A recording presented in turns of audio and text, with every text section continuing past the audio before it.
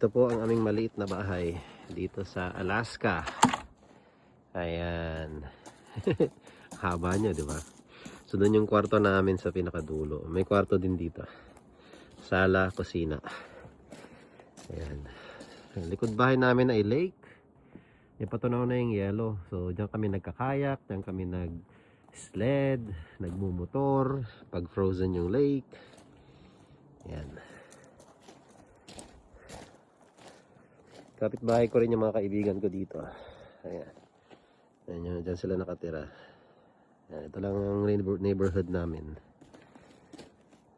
Ayan yung anak ko. Diyos ko. Curious na siya sa lahat. Ito yung likod bahay namin. Storage room namin yan. Nasa baba. Ito yung mga kayaks namin. Pag gusto namin magkayak. Ayan. May dalawang motor din kami maliit dyan sa loob.